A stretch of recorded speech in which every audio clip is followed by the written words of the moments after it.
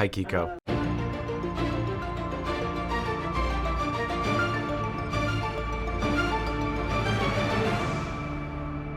Thank you for taking the time. Thank you. My pleasure. I was going to try to conduct this interview by listening without talking, like that scene near the end of the movie, but I realized it wouldn't work. So we'll start off with Amanda. Where did a story like this come from? This is just more questions I've been asking since I started my career. Questions about connection, loneliness, feelings of being misunderstood, and it's another sort of chapter in like a body of films that are all asking those questions. Yeah, I mean, we've seen body swap movies a million times before. I'm sure we'll see it a million times after this. From that subgenre, what attracted you to that idea in doing it a different way like this? I find those films to have like very moral centers. Everybody always realizes in maybe the top of the third act that they want to go back to their lives. It is always a story about not coveting your neighbor. It's very biblical. Go back to your body, go back to your life with a newfound perspective. You're happy to be you. But I wanted to know, what if you aren't happy to be you? Hmm. And what if it's a far more complicated thing than just getting the perspective of your own life? What if you enjoy being someone else? And what if that feels better to you? So that is what, you know, that's the only thing I wanted to touch on in the body swap movie. I was like, I gotta know what else is possible. Right, Yeah. definitely. Yeah, at the end of those movies, you're right. They always go back and they're happier people and learn something about themselves, right? Robin, what did you what attracted you to this story when you read the script initially? But it was the initial thing was just the cover sheet because it said that it was Juliette Lewis and Samantha Mathis, and I was like, "Fuck yeah, sign me up." And then I read the script, and it was so singular. I hadn't read anything like it. I'd never played a part like this, and I watched Amanda's movies, and I just like was so excited by how original they were and how Hmm. uncompromising. And I just felt like it was like a party I wanted to go to. And I went and had the time of my life. You know, it was just an exceptional like group of people and like a whole like a wonderful group that were there because they love movies and because they wanted to make this movie the absolute best it could be. And everybody there believed in Amanda's vision. There was never a second. Like you can be on a set where like sometimes like there's people are like this ship is sinking and people sit around sort of like, complaining and this person doesn't know what they're doing and it can be it can not be a great experience and a great place and also a place of great distrust and like I think everybody trusted her and we were there for the experience and the ride and I'm just so glad I had it. Like I have so much to learn from Juliet and from Samantha and Mamadou and Amanda and like everybody that Yeah. was, and I love talking about movies. I love movies and it's just wonderful to be around a whole bunch of people who love them too. You'd be Definitely. surprised how many people make movies and make television that don't love I know. Or I or know. watch them, or even them. watch Or watch them. No, them, you're or like, even watch what, them. what, Yeah. what? Yeah. It's like I've church for me. no, exactly. I've been in this industry for 25 years and I've interviewed countless of people like, oh, have you seen this? And they're like, oh, I don't know what you're talking about. I'm just like, okay, all right. I Yeah, guess yeah, that's yeah. interesting. What from Amanda's past movies did you like? Because Amanda, I was introduced to you back in 2018 when I saw Lady World, Oh, which cool. is a whole different, concept of Lord of the Flies, but from a female perspective. So, Robin, was there something specific that kind of stuck out to you in her narrative choices? I, I I felt like the way, first of all, she always got great actors. Hmm. Always. Like I'm such a fan of Andrew Riseborough. I'm it's such a fan. Carl, he's so good. Who was in it too? Like there's like everybody was great, and Maya Hawke is wonderful. But her ability to sort of create a world that was all her own and totally original with no money. I Hmm. was just like, how is this woman that you're transported? Because that's a luxury that, generally costs something. And the attention to detail and I just thought it was so remarkable. I was like, how does she make these? I feel like there's like a narrowing sort of space for truly original, like so many people are so scared Yeah. and they just want to get the money for their next movie. And they're like, how do I make something that's financially responsible so somebody lets me do it again? As opposed Yeah. to what movie do I want to make? What movie would I like to go and see? And what movie like fully inhabits how I look at the world and feel inside? I think it's just getting more and more rare. And it's just like a real honor to like be on a team with somebody who is doing that and walking through the world on their own terms. That's right. Amanda, this is news to me. You need money to make a movie? Can you tell me a little bit about tell me Can a you little even bit about imagine? Can that. you even imagine? I mean, I'm happy with limitation and I'm okay with parameters, and low budgets yield gorgeous results, and they have, I mean, Robin and I could bore everyone on the planet talking about the movies that we watched in the 90s that cost no money and were the biggest inspirations in our lives. And I still remember opening weekend of Swingers. I went to the Sunset Five. I saw Swingers. I was like, oh, what the fuck is this?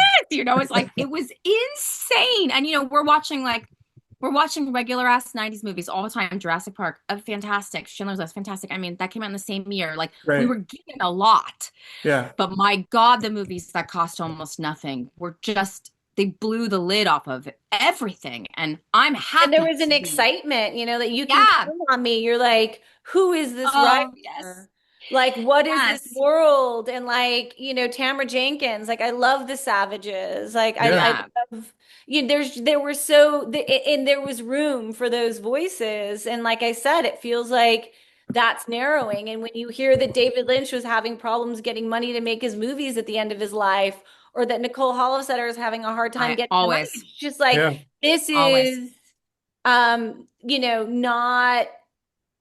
we're not honoring like original voices the way we should. And it's like I don't want cinema to become like this like antiquated, like going to the Yeah. opera or something. Because Yeah.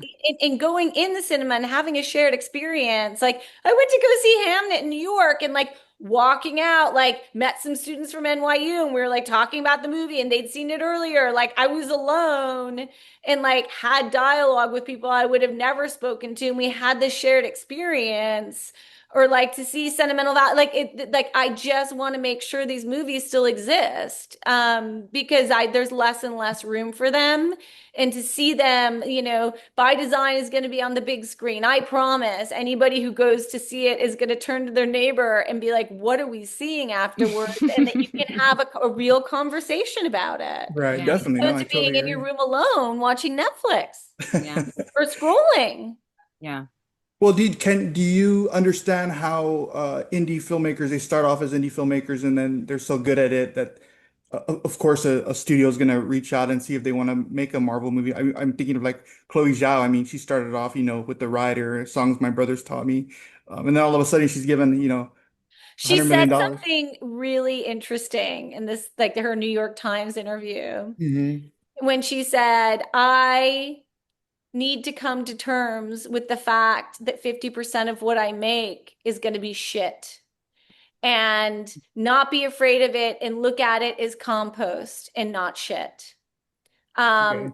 It was like it didn't suit her, I don't think. And I think most of the time when somebody makes a great independent film and they walk into that world, they usually get bullied and they're not happy with what they made Yeah. afterwards. And like you see Yeah. foreign filmmakers all the time. Lee Yeah. Tamahori made Once Were Warriors. It was like this incredible movie.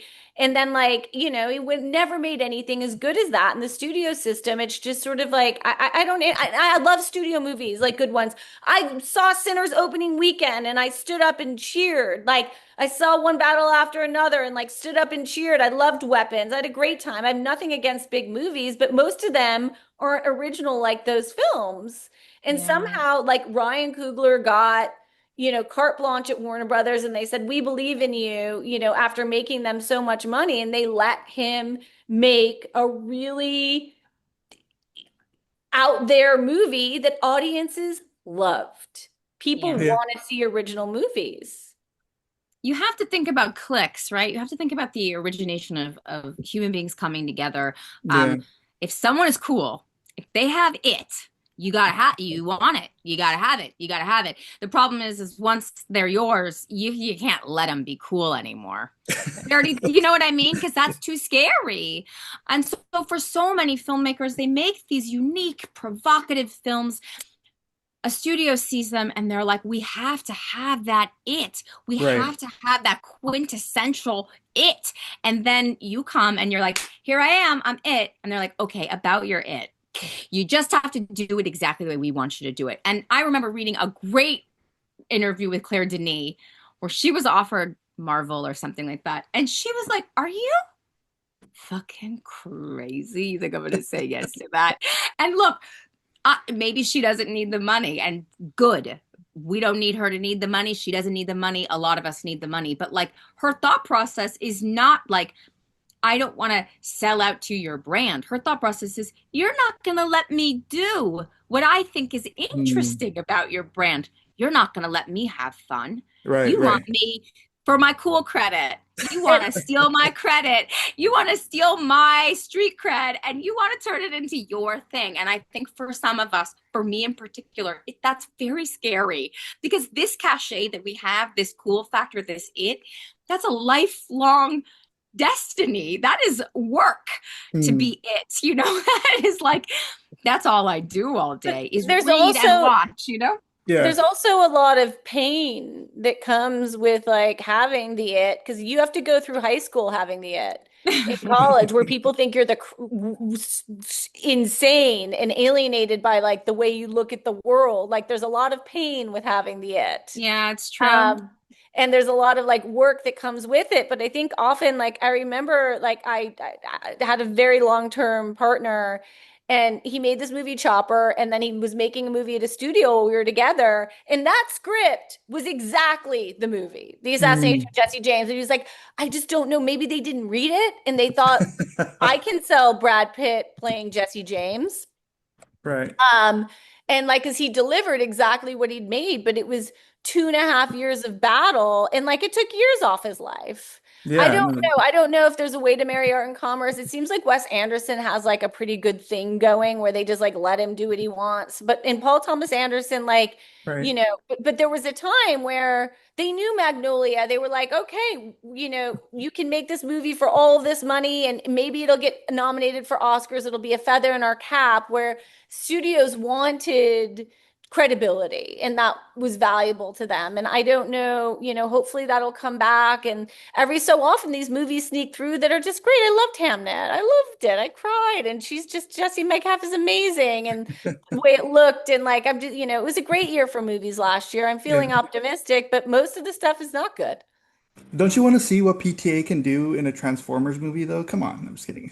You know what I want to see is, I want to see what he can do with my budget. There you go. Exactly. Well, that's what I was going to ask you. If you, 100 would, if you had an angel investor who gave you $100 million, would you make one big studio movie, or would you make 100 $1 million movies? What do you think?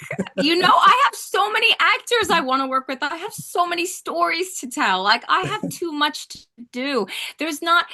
Why would I spend all of that money? What I would do is I would make movies where everyone gets paid, because in franchising, your actors and your crew is the most important thing. So the second I have money, everyone gets paid what they're worth, absolutely to the dollar.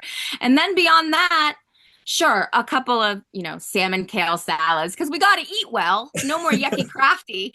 But then beyond that, just what I need, so that I can make a few of them. You don't believe in the one for you, one for me idea that some directors do? Like, I'll make one of these for the audience, and then I'll to make the money to make my passion project next. I don't know, because it's never really in a real way come my way. And there have been times when, like, I was telling Robin, I was pitching a television show for a while, and I pitched to all the top studios. And then I pitched all the top streamers, and everybody was like, this is great. how on earth could we how could we pay for this? Right. And I remember thinking, but you pay for some weird stuff, and they're like, we pay for one weird thing every like 5 years. And if it isn't you that year, I mean, we'll see you on the next wave. And it's like, that's not right. So I want to be in the system doing my thing. Is that possible? I don't know, but that's It what might be. I think that people have to might be. realize that audiences are craving different things. Yeah. And there is a new generation. And like, I think like I saw the TV Glow. It was financially responsible and there was an audience for that. And there's no studio, like regular studio head in the world that understands that movie or gets it, but people do. And they Yeah. just don't understand who those people are. It's so funny because my friend Nicole asked me, she was like, what do you think $100 million Amanda Kramer movie would be like? She asked me that. It's so funny that you asked that. I was like, I have no idea. Well, I would think something like The Substance would be kind of one of those things that lands more mainstream, but it's probably made for a lot less. I don't know if I could ever take out all of my fascinations. The reason why you say no to a lot of money, it's not because you don't want money. It's because you want what you want. And sometimes with control, you have to take less money because when you take more money, people are like, you don't get the control. And I would rather have the cast I want, giving me the performances I want with Final Cut than I want more than I want any dollars. I'll wear my shoes until there's holes in the bottom. It's fine. If I can make the art I'm trying to make, Final Cut is the ultimate. I would spend $100 million just trying to get Final Cut, It is so interesting because like also Paul Thomas Anderson came up at a time that was so different because Hard Eight was like $3 million. He didn't have to make, which is like having 7 now. And there were no stars in that movie. Gwyneth Paltrow hadn't done 7 yet, and it was a supporting role. And it was that older character actor. Oh no, before he did Sydney Philip Baker Hall. Yeah, well, yeah. Yeah. But somebody gave him the money. I think at that time, you're like, if you could walk in a room and they gave you enough money so that like you could maintain and like you could make something that like looked like it was just a different climate.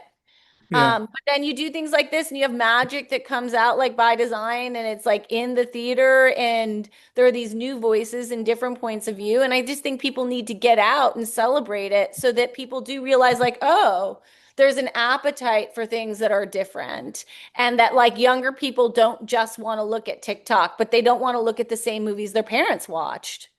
Yeah. That's true. I try to get my daughter who's 14 to watch all my favorite 80s movies, but it doesn't work all the time. It's fine. It's fine because everything old is new again. And she'll turn a certain age and she'll have no greater fascination than the 1980s. And it happens to everyone. I mean, that is what life is. I showed my kids Honey, I Shrunk the Kids. Okay, yeah. I love that movie. All of there's no computer generated effects. Incredible. They're all practical effects. And my kids' minds were blown. Really? When they were like swimming in the bowl of cereal and it was like really a big vat and like they were amazed. And I think their eyes have been trained with all these digital things and all these it's ugly. Yeah. And so I think there's this craving to go back to more analog kind of things and sort of more homestrung. I think that's what people, because they want to see something new. Yeah, just as long as there's not commercials, because my kids are like, what are these things called commercials that used to play between movies? I don't want to have to wait. Like, okay. That's a whole other thing. But hey, Amanda, Robin, thank you so much for taking the time. Thank you. Congratulations on By Design, and we can't wait to tell more people about it. Thank you so much. Thanks. Have a good day. Thank you so much, Kiko. Thank you.